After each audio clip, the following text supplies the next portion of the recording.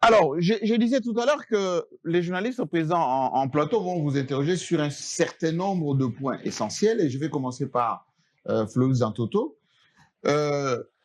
Moi, j'avais une question avant qu'il puisse commencer, Monsieur le ministre.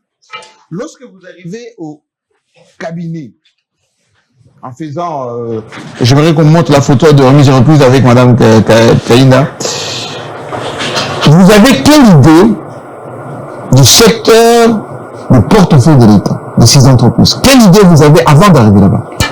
Et qu'est-ce que vous avez constaté en faisant remise et reprise? Ben, comme je l'indiquais tout à l'heure, déjà lorsque je suis nommé par le président de la République, chef de l'État, j'apprends que je suis appelé à exercer les fonctions de ministre du portefeuille. La deuxième minute qui a suivi, c'était juste une interrogation. Pourquoi le président de la République, chef de l'État, m'a-t-il destiné au portefeuille? Et je me suis donné moi-même la réponse. La réponse que je me suis donnée, c'est pour avoir l'audace de la réforme, ou avoir l'audace des réformes. Deuxième réponse, c'est pour améliorer la gouvernance. Troisième réponse, c'est pour impulser une gestion orthodoxe des entreprises du portefeuille de l'État. Quatrième réponse, c'est pour redresser les entreprises. Cinquième, c'est pour relancer les activités de ces entreprises. Sixième réponse, c'est pour créer de nouvelles entreprises.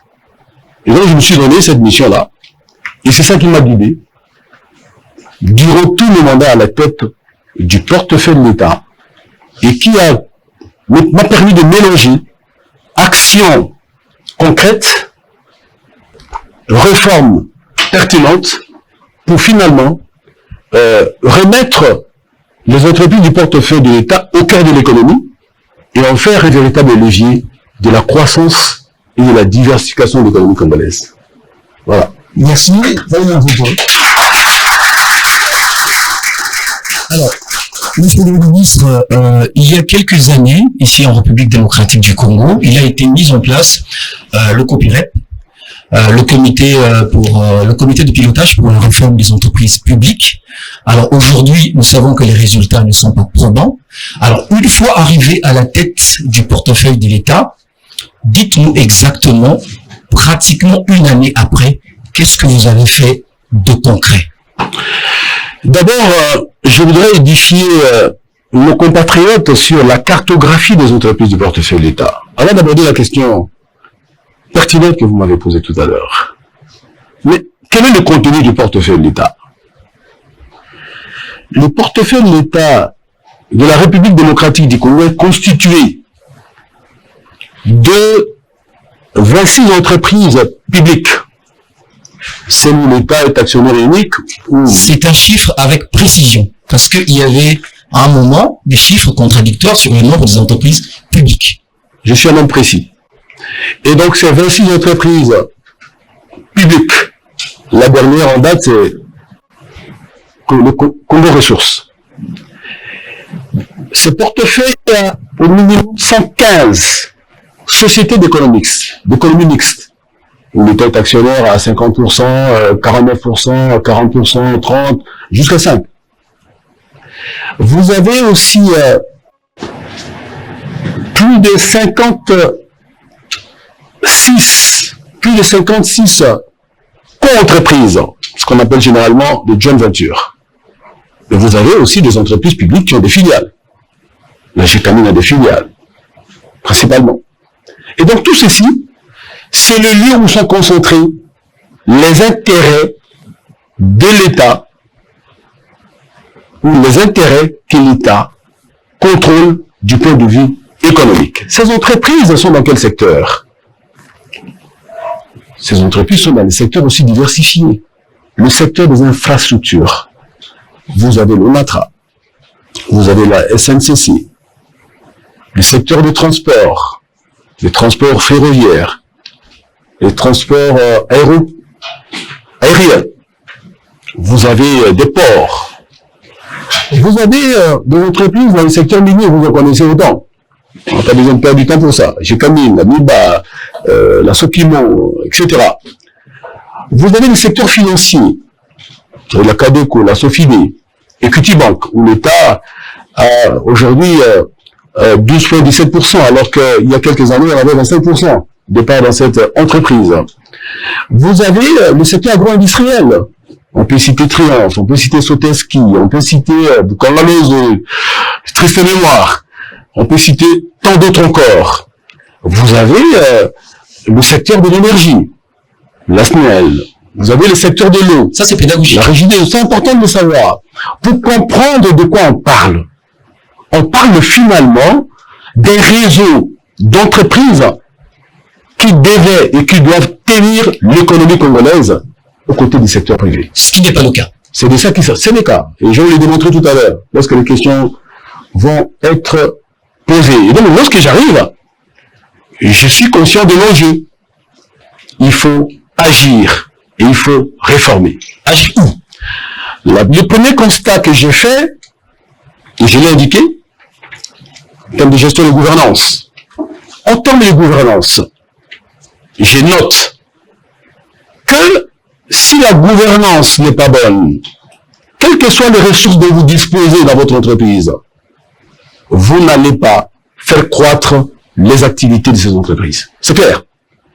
Et donc, quels sont les problèmes que je note au niveau de la gouvernance? Je note qu'il y a des conflits permanents au niveau du mandataire public entre le PCA, qui s'érige en gestionnaire quotidien, à tous les PCA, certains PCA. Alors que... Et le DG, les directeurs généraux. Entre parenthèses, c'est qui les chefs entre les deux? Mais je peux répondre? Allez-y. Donc des conflits entre les PCA, qui n'est pas l'organe. Le PCA n'est pas le conseil d'administration. Chez lui, le président, c'est l'un des membres du conseil d'administration qui a la responsabilité de présider des réunions, etc. Donc, le PCA, certains, qui se considèrent comme des organes. Et de deux, qui veulent gérer au quotidien l'entreprise en concurrence avec les DG. Telle n'est pas leur mission. Deuxième constat, il y a des DG qui ont réduit à néant les rôles des DGA. Parce que justement, il n'y a pas d'attribution écrite pour les DGA. Il y a des DGA aussi qui pensent qu'ils sont DG. Et c'est à la base des conflits interminables. Et ça plombe, ça ligote même les performances des entreprises. Et très vite, j'ai réglé le problème. Pas de note circulaire où j'ai défini les frontières des compétences entre le conseil d'administration et la direction générale. J'ai très vite instruit le conseil d'administration pour donner du contenu en termes d'attribution à la fonction du DGA. Ce qui a été fait. Et là aussi, je dois dire, le même problème s'est posé au niveau des sociétés d'économie mixte, où lorsqu'on est avec les multinationales, le représentant de l'État, il voyait le rôle était totalement marginalisé par les multinationales. Il fallait régler les problèmes pour remettre les mandataires de l'État à leur place. Là où l'État a 40%, comment comprendre qu'on n'est pas un DGA? Là où l'État a 40%, comment comprendre qu'il n'y ait pas de transparence, circulation d'informations, etc. Le rôle des DGA était totalement marginal. Et donc, nous avons réglé ce problème-là. Pour ce dont on n'a pas encore réglé, les assemblées générales sont en train de s'éteindre pour pouvoir régler ces problèmes. Donc, problème de gouvernance, on les va régler. Problème de gestion, on a noté des problèmes. Ça va être long. Bon, c'est des problèmes importants, parce que ces problèmes ont induit des réformes. Les élèves finis. Allez-y. Ces problèmes ont induit des réformes. La gestion, qu'est-ce qu'on rencontre comme autre préoccupation majeure? Il y en a plusieurs, hein. On va noter les plus importants. On remarque, par exemple, que la question de l'endettement des entreprises, la question de la dette croisée, dette commerciale croisée, les créances des entreprises sur les trésors publics. L'État donne de l'argent aux entreprises, alors que les entreprises doivent payer des impôts. Surtout la SNEC. C'est partout ailleurs.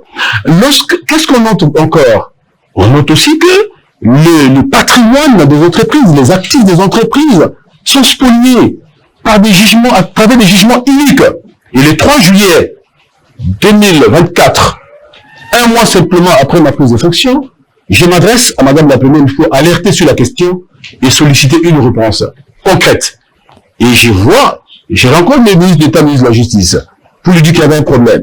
Il y a une grosse mafia qui risque d'anéantir l'effort de développement du pays et l'espoir du développement basé sur les infrastructures et les actifs disponibles. Un décret a été pris sur l'insaisissabilité des biens des entreprises du portefeuille de l'État. Ce décret aussi a réglé les problèmes de jugement unique. Aujourd'hui, je peux vous dire que la tension a sérieusement baissé et poser la question à tous les mandataires publics, les résultats sont plutôt bons. Merci. Alors, monsieur le ministre, alors vous avez évoqué d'ailleurs dans un point de presse, briefing avec le ministre Mouyaya, vous avez évoqué un problème de gouvernance, un problème de gestion caractérisé dans la quasi-totalité des entreprises publiques. Alors, ma question est celle de savoir la solution que vous avez apportée. Aujourd'hui, les entreprises publiques, les mandataires, sont nommés sur base de quels critères objectifs? Parce que s'il y a mauvaise gestion, problème de gouvernance, ça veut dire qu'il y a un problème de compétence. Aujourd'hui, les mandataires publics sont nommés par quels critères objectifs? Voilà une autre réforme que nous avons menée à la tête du ministère du portefeuille. Lorsqu'on s'est rendu compte qu'il y avait beaucoup de conflits entre les mandataires, on s'est posé la question, mais pourquoi ces problèmes ont-ils problème? Parce que justement, pas tous les mandataires publics, en tout cas il y a des gars brillants, il y a des gens très brillants parmi les mandataires publics. Mais pour la plupart, ils sont issus de partis politiques. Partis politiques, société civile, des compétences. Partis politiques, société civile, église, renferment des compétences des élites congolaises. Là n'est pas la question. Si le mandataire est issu soit d'une église, soit d'une association culturelle, soit d'un parti politique, il a les profils requis, il a le droit de diriger une entité administrative.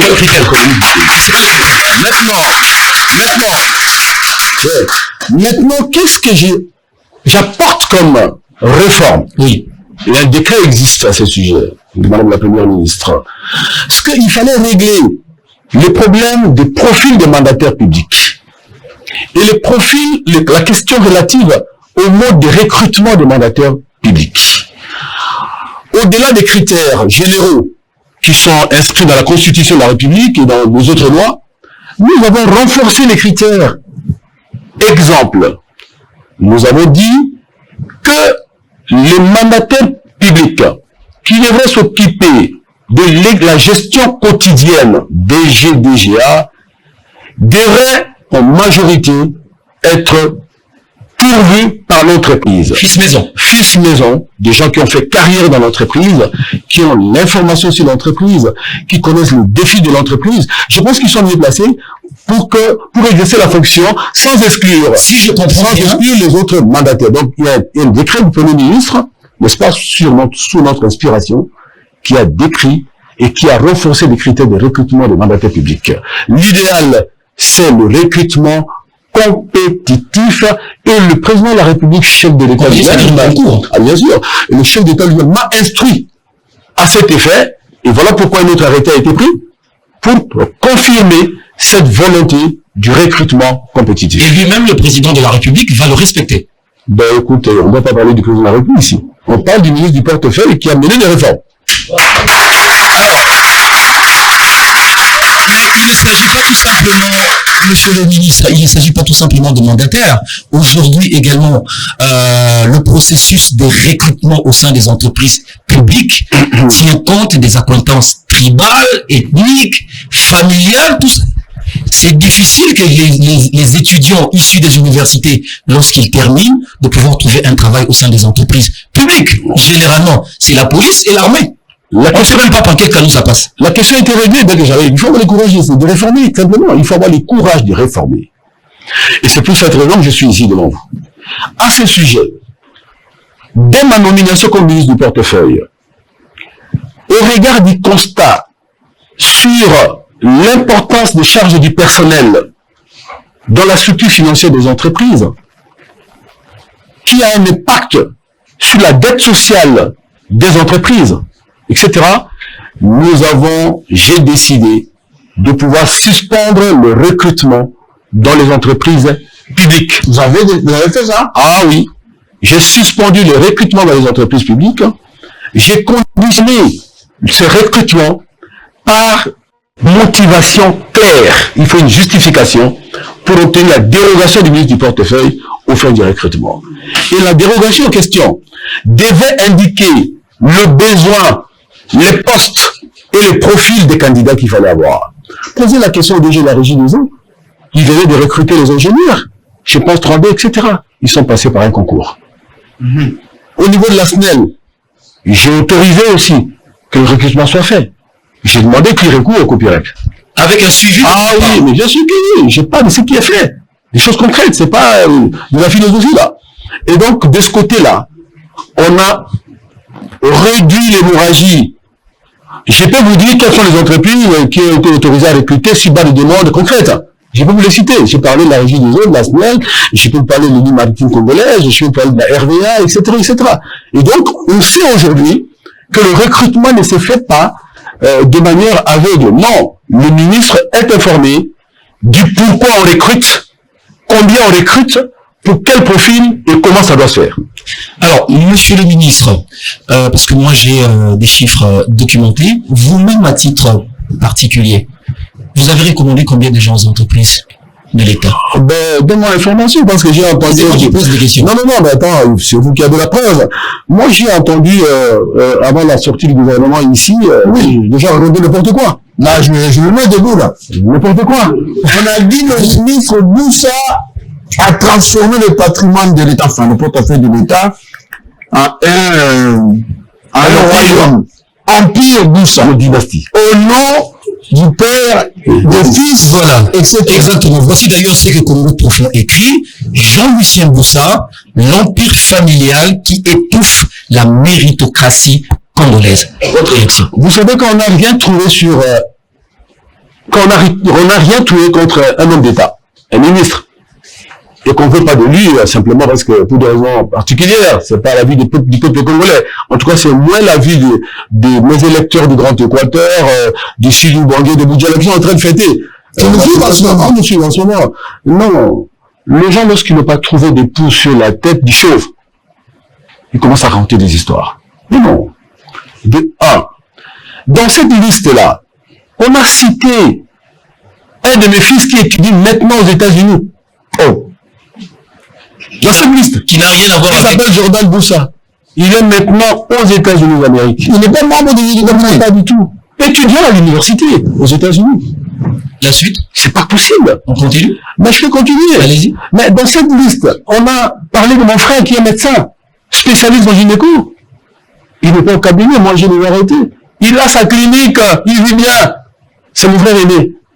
Dans cette liste, on a dit qu'une des filles était le conseiller au charge des questions sensibles. C'est quoi les questions sensibles au portefeuille de l'État? C'est ridicule. Je voudrais aussi que ce chapitre-là continue un peu. Non, je dois continuer. Vous avez dit défendre 30 secondes. Le monde vous suit. Le Congolais vous suit. Cependant, j'ai formé les enfants. Est-ce qu'ils sont formés dans les grandes universités ont des compétences du pays et du monde. Vous en avez vu un comme rapporteur au Parlement. Je cite pas son nom. Vous avez vu ses prestations. C'est pas un semi-lettré. Vous en avez aussi dans la salle qui a une double maîtrise. Ingénieur de structure. Il est ingénieur en génie. Il a une maîtrise en génie. Ok? En même temps, il a un diplôme de leadership. Non, c'est des diplômés. Il travaille pas avec moi. Que les gens arrêtent. Avec les réformes. S'il vous plaît. Que les gens arrêtent de vouloir salir un chrétien catholique comme moi, à qui on ne reproche rien en termes de corruption et de détournement. La seule reproche qu'on me fait, c'est que j'ai réformé. Et ça n'a pas plu aux gens. Ok. La politique salariale des entreprises et du portefeuille qui n'existait pas, des mandataires publics, pardon. Est-ce qu'on sait aujourd'hui combien vous gagnez un DG? Excusez-moi, Oui. il faut avoir de l'audace. La politique salariale des mandataires publics n'existe pas lorsque j'arrive à la tête du ministère du portefeuille. Ah bon? Si quelque chose a existé, c'est une espèce de confusion où chaque conseil d'administration devait décider le salaire du PCA, du DG, du DGA, des administrateurs. Finissez les ordres. Au détriment de la vie de l'entreprise. C'est pas possible. À certains égards, vous avez la masse salariale des mandataires publics qui représente plus de 10% du chiffre d'affaires de l'entreprise. C'est inadmissible. Nous avons mis fin à cela et c'est ça qui a gêné. J'ai laissé dans le pipe une proposition de la politique salariale qui plafonne les salaires des mandataires publics à un certain niveau et qui définit un plancher dans lequel ils devaient roter. Pourquoi? Il n'est pas possible que les entreprises, quelques entreprises ou certaines entreprises présentent successivement des résultats négatifs et que les salaires et que les rémunérations soient en totale contradiction, en totale antinomie avec la santé financière de l'entreprise. Il fallait régler ces problèmes. Ces entreprises n'appartiennent pas aux mandataires publics, aux ministres que nous sommes. Les entreprises appartiennent aux Congolais et sont un levier important de la croissance de l'économie. Mais c'est pas fini, monsieur le ministre. Il y a aussi la gestion des carrières. Juste deux éléments. La gestion des carrières aussi. Juste deux éléments. On en reviendra. Juste deux éléments. 70 ans, 80 ans dans les entreprises. Laissez-moi vous donner l'information. Et donc, par rapport au mandataire, puisqu'il faut clôturer ces chapitres, je vais clarifier les sujets. Un administrateur dans une entreprise, c'est quelqu'un qui vient pour apporter son expertise, sa contribution. Il doit être PDG quelque part, il doit être dans son secteur d'activité. Il doit être opérationnel. Attendez. Mais lorsque quelqu'un vient se réunir une fois les mois, une fois, après 3 mois, et il est salarié mensuellement, C'est incompatible. c'est inéquitable, c'est irrationnel, c'est injuste. D'une part et d'autre part. Est-ce que vous avez réglé ça? Comment voulez-vous qu'un mandataire passif, lorsqu'il arrive pour remplacer, enfin, lorsqu'une équipe arrive pour remplacer une autre équipe, qu'est-ce qui se passe? Les mandataires qui sortent, ils se font payer des indemnités de sortie de 6 mois. 6 ou 7.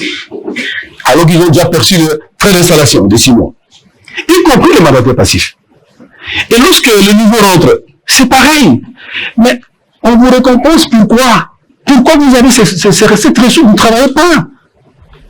Vous ne travaillez pas pour mériter un salaire mensuel. Non. Et là-dessus, dans la réforme que nous avons entreprise, qui est coulée dans le décret signé par Madame la Première ministre, j'ai demandé qu'on supprime les indemnités de sortie pour les mandataires non actifs, les frais d'installation pour les mandataires non actifs. Ça, c'est une bonne. Alors, monsieur le ministre, excusez-moi du terme, on y passe comme ça, mais les Congolais qui nous suivent en ce moment comprennent mal que quelqu'un qui vient assister à des réunions du conseil d'administration une fois par mois ou une fois les 2 mois, chaque mois il est payé quand même tout en restant faire ce qu'il fait dans son coin. J'aimerais 2 autres demandes s'il vous plaît par rapport à ça, comme ça on vide les sujets. Deuxièmement, dans ce chapitre, le commissaire aux comptes. Comment voulez-vous que les commissaires aux comptes deviennent des salariés dans une entreprise? C'est impossible. Les commissaires aux comptes, ils viennent certifier les comptes. Périodiquement. Ils devraient avoir droit aux honoraires. Bien sûr. C'est des prestataires. Donc, aux honoraires convenus dès l'entrée en fonction et en fonction de la taille de l'entreprise. Les commissaires aux comptes étaient devenus des salariés. Et dans ces pays, vous avez des commissaires aux comptes qui prestaient aussi bien dans les entreprises du portefeuille que dans les établissements publics. Donc, messieurs, dames se retrouvent à la fin du mois avec 5 salaires. Avec 5 salaires, c'est inadmissible. C'est une question d'équité et de justice. J'ai mis fin à cela aussi. alors, monsieur le ministre, vous avez parlé de la joint venture ici. L'État, on le sait, est actionnaire au sein des entreprises minières. Avec les ventes des minerais à l'étranger, est-ce que vous pensez que l'État a un contrôle systématique par rapport à ce qui se vend à l'étranger? Voilà, votre question m'amène à aller au-delà, si vous permettez. Allez-y. La question que vous posez C'est la dernière question. relève de la politique actionnariale de l'État. L'État est actionnaire dans plusieurs entreprises, minières ou autres. Le secteur minier, secteur pétrolier, secteur ceci, secteur cela. La question est de savoir quel est le contrôle de l'État. Non, quel est le contrôle des intérêts de l'État par ses mandataires publics. Et le premier d'entre eux, le ministre du portefeuille. C'est la grande question. Et donc, il s'est avéré que dans certaines entreprises, je l'ai dit tout à l'heure, beaucoup de mandataires avaient des difficultés à pouvoir, ne fût-ce qu'avoir les documents de gestion. L'information. Et aujourd'hui, on a réglé ça. Deuxième élément, je prends les jeunes voitures minières. Je ne cite pas les sociétés ici. L'État a 20% dans une société, je peux citer celle-là. Oui, Kamoa. L'État a par exemple 20% à Kamoa. En 2024, Kamoa a produit entre 430 000 tonnes, je pense, si ma mémoire est encore bonne. 430 000 tonnes de cuivre. Le chiffre d'affaires, après la vente, c'est 3 milliards de dollars américains, comme chiffre d'affaires. Et l'État a 20%, donc sa part, proportionnellement, représente 600 millions de dollars américains. Vous voyez, les 20% de l'État dans Kamoa, c'est plus que le chiffre d'affaires de la SNCC. C'est plus que le chiffre d'affaires de la Régie des eaux. De l'AMIBA. C'est plus que les chiffres. Mais où va cette question? Je termine la réponse. Allez-y. Ok? On apprend des choses. C'est plus que le chiffre d'affaires de Cobin, Sonaïdroc et autres mises en commun. Ça veut dire que il faut un regard particulier de l'État sur ces 20% et leur incidence sur le budget de l'État et l'activité économique en général. Là-dessus, nous avons décidé, pas que pour Kamoa, pour les autres entreprises minières, que le processus de vente des produits de l'extérieur ne puisse pas être fait sans la présence et l'avis de l'État actionnaire. Pourquoi? Parce que la plupart des investisseurs qui ont 80% dans Kamoa ou dans d'autres entreprises, que le dirigeant de Kamoa m'excuse, c'est juste un exemple, ou dans d'autres entreprises, sont ceux-là qui ont financé, qui achètent. Ce sont ceux qui ont la force capitalistique la plus élevée, qui sont en même temps les acheteurs du produit généré par les sociétés où ils sont actionnaires. Et donc il y a un risque, si on y regarde, de dumping ou de baisse des prix. Dernière question. Attends. Oui. Et là-dessus, nous avons décidé, comme j'ai indiqué tout à l'heure, que nous participions, et là j'ai participé personnellement, au processus de sélection des clients à l'étranger, avec une clause claire. Nous allons sur le marché international, on va vers le plus offrant, et c'est le prix du plus offrant que vous allez avec lequel vous allez acheter. Et s'il y a des concurrents, s'il y a 3 sociétés qui se pointent pour acheter les 430 000 tonnes de Kamoa, qu'est-ce qui se passe? Si celui qui a le bailleur de fonds le plus important, l'investisseur le plus important est aussi celui qui achète, comme c'était le cas, eh bien on compare qui apporte le plus. C'est X. Ok. Comme nous sommes actionnaires, nous sommes des partenaires, c'est vous, Kamoa, c'est vous l'associé qui allez acheter, mais au prix le plus offrant, tout simplement.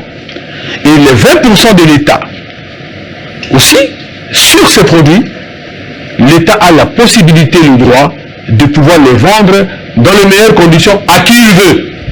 C'est ce que nous avons obtenu, entre autres. D'accord. Dernière question. Dernière question, monsieur Jean-Marie. Oui. Dernière question. Alors, au regard de ces résultats visiblement positifs, il fallait continuer. Pourquoi on vous a changé? Pourquoi vous êtes dans un autre ministère? Il fallait garder ces acquis. Non, je pense que c'est pas ça l'intérêt de l'émission. Moi, j'aurais voulu qu'on parle de réformes. Voici d'autres réformes. Non, attendez. Quand on était dans le privé, le cimetière est rempli de gens indispensables. Oh, quelle modestie.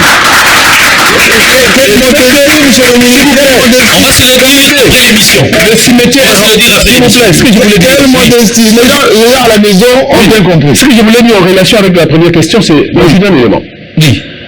J'ai mis en place une politique commerciale inter-entreprise, politique commerciale préférentielle inter-entreprise.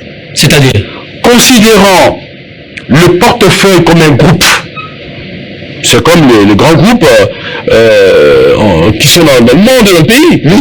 Vous avez ces groupes qui exploitent le bar de fer, et qui est dans quelle banque, qui a ceci. Non, nous sommes, le portefeuille est un groupe. Alors, le portefeuille de l'État a des ressources immenses, contrairement aux idées reçues. Et par les activités du portefeuille entre elles, des entreprises du portefeuille entre elles, on peut redimensionner, on peut calibrer certaines entreprises qui sont en difficulté. Exemple, la Gécamine achète du carburant. De grande quantité. Grande quantité. Oui. La SNEL achète du carburant. La régie. Je m'arrête là. Mais quel est le volume ou le budget destiné à l'achat du carburant par ces 4 sociétés 5? Auprès du privé, non? Laissez-moi terminer. Admettons que ce soit 200 millions de dollars.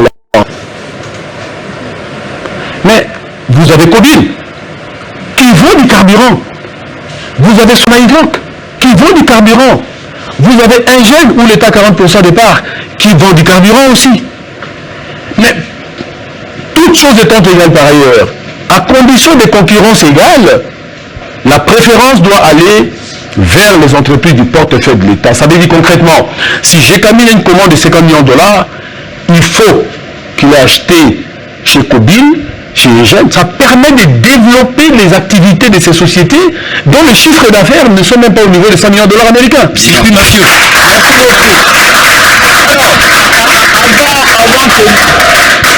Avant que je vienne poser cette question, parce que, bon, je comprends votre modestie. Vous êtes un homme politique. Nous sommes très suivis. Et les gens cherchent, je le dis avec beaucoup de politesse, la petite bête qui fera que ça va créer une petite polémique autour de l'objet de cette intervention si importante. Tout de même, lorsque vous engagez des réformes, comme ce que nous sommes en train de voir, et que vous avez trouvé un espace qui était quasiment, enfin la jungle, je dis presque, vous mettez de la visibilité, de la traçabilité. Pourquoi on ne peut pas laisser cet élan s'enclencher pour qu'enfin l'État formalise son patrimoine? Parce que celle ou celui qui va vous remplacer va recommencer à zéro. Non, mon cher service. Parce qu'on a l'impression que la continuité de l'État n'est pas l'effort des Congolais. Mais je vous ai répondu, mais je pense que je suis au service de la nation. Surtout au service du président de la République. Oui, mais pas Et donc, pas forcément. Non, là-dessus,